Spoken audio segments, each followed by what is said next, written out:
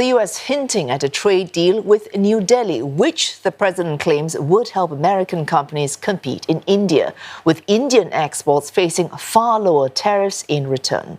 While US imports would also see levies slashed, Donald Trump says he believes New Delhi is finally ready to lower trade barriers. Now, that's part of criteria that he had set for a reduction in the 26% tariff that India would otherwise have had to suffer. I think we're going to have a deal with India, possibly, and that's going to be a different kind of a deal. It's going to be a deal where we're able to go in and compete. Right now, India doesn't accept anybody in. I think India is going to do that, and if they do that, we're going to have a deal for much less tariffs. But Japan not quite finding similar favor with Washington. Mr. Trump now threatening to hike tariffs on Japanese imports to as high as 35%. That is up from the earlier threatened 24%. He has singled out Japanese reluctance to accept U.S. rice imports and an imbalance in auto trade. Mr. Trump repeating his stance on no extensions to the deadline set for the 9th of July. But Japan not backing down either. Prime Minister Shigeru Ishiba maintaining the need to defend national interests, stressing again Tokyo's position as the largest investor into the United States. The priority, he says, remains investment and not tariffs.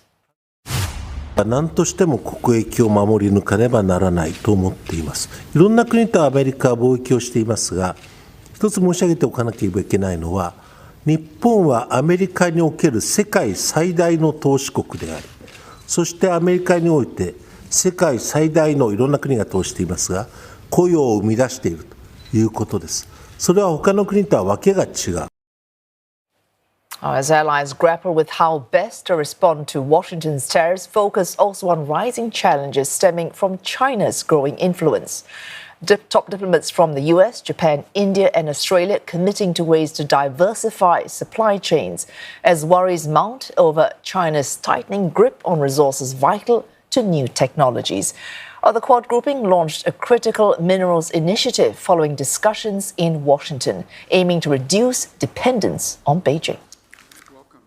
It's critical for all technologies and for all industries across the board. And so having a diverse and reliable global supply chain of these is just one example of many that we can focus on and build upon and achieve some real progress on.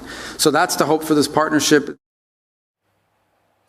Other issues include shared concerns over Beijing's actions in the South China Sea, the bloc also extending criticism of North Korea over its, quote, destabilizing missile launches, insisting on its complete denuclearization. It's calling for a ceasefire as well in Myanmar. The topic of terrorism also at the forefront. India's External Affairs Minister, that's S. Jaishankar, urging zero tolerance as leaders condemned the terror attack in Pahalgam that killed 26 people without blaming either India or Pakistan for this incident. For more, we're joined by Neha Poonia in New Delhi and Kate Fisher in Washington, D.C. Neha, let's start with you. Now, that condemnation framed as a condemnation of terrorism, so without naming either Pakistan or Islamabad. What's the significance of that statement? How is it being viewed?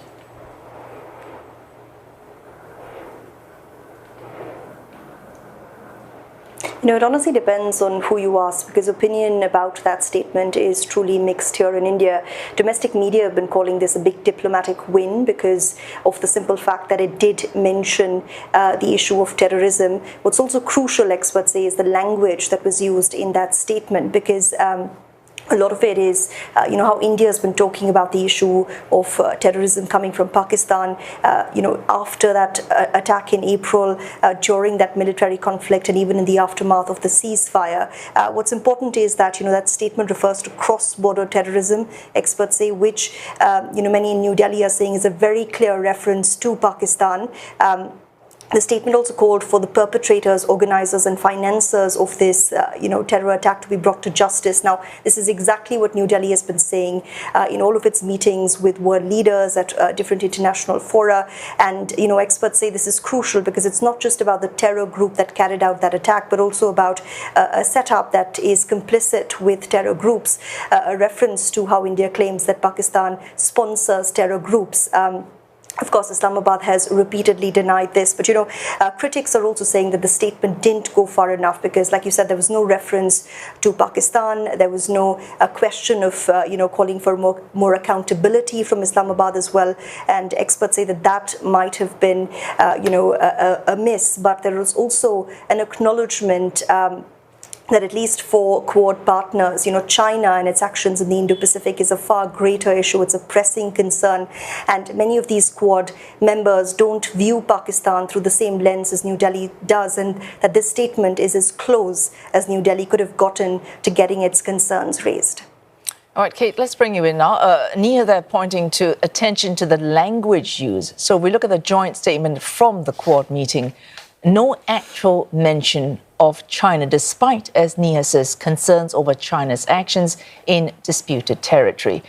As a strategy aimed to counter perceived Chinese assertion, how effective are meetings like these?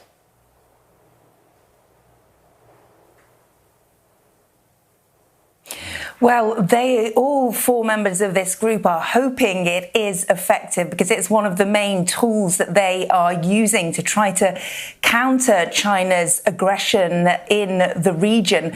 But it is diplomatically tricky. You have all of these countries have their own relationships with China separately. For example, India in the BRICS group of countries, and Australian Prime Minister Albanese is off to visit China later this month. They continue to also try to ensure that their bilateral relationships with China are in a decent state, especially given the fact that at the moment the US isn't necessarily showing itself to be a constant partner, particularly in the trade sector. As we know, Donald Trump and his aggressive global tariffs. So it's diplomatically tricky. You've got Marco Rubio, the US Secretary of State, really emphasizing how cooperation over critical minerals is vital for countering China. That was one of the things he specifically spoke about ahead of the meeting. But again, China has almost a monopoly on that right now, and it's going to be very difficult for these countries to combat that. Kate, this diplomatic trickiness, each country is in effect fighting for favor with Donald Trump to try to reach a trade deal before the deadline for the reimposition of tariffs on the 9th of July. Are we any closer to reaching what was first announced in April, 90 deals in 90 days?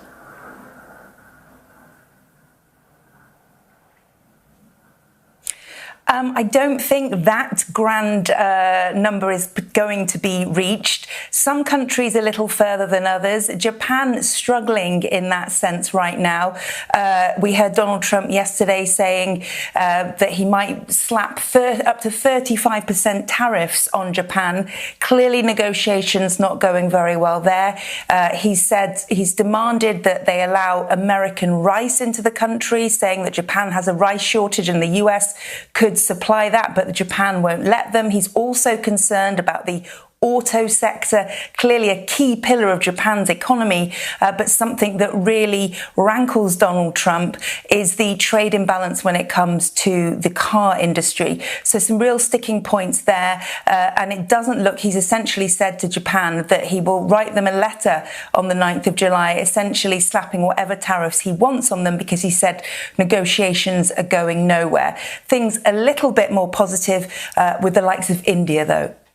All right, Neha, we can pick up from there. So as Kate says, Japan's struggling, but India, relatively speaking, in Mr. Trump's good books, at least on reaching this interim trade deal.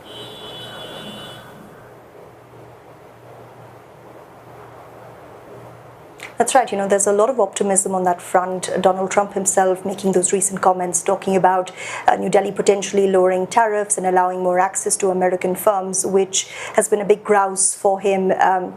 Not just in this presidency, but also in the previous term when he was in the White House. India's finance minister recently said that a big, good, beautiful deal is on the cards, echoing language that usually we hear Mr. Trump use. But, I think the true reading on this situation came from India's foreign minister, Dr. S. Jaishankar, speaking in the US, said that we hope we would be able to bring this deal to a successful conclusion, but we cannot guarantee it because there's another party to that discussion. Now, trade negotiations are continuing. They're very hectic. A trade team that was in the US has now extended its stay as that countdown to July 9th gets closer and closer. But experts are saying that, key sticking points remain, which is one, that the US is insisting India open up its agricultural sector, something the Indian government is resisting because of pressure from farm lobbies. There's also pressure from India to remove tariffs on Indian steel. But as that window gets narrower, there is a worry that this deal may not be signed in time because both sides are refusing to blink. There is talk of potentially a mini deal, but at least so far, experts say they're going to use the next 1 week to move this along as quickly as they can. Oh, thanks. Neha Poonia there in New Delhi, and Kate Fisher as well in Washington, D.C.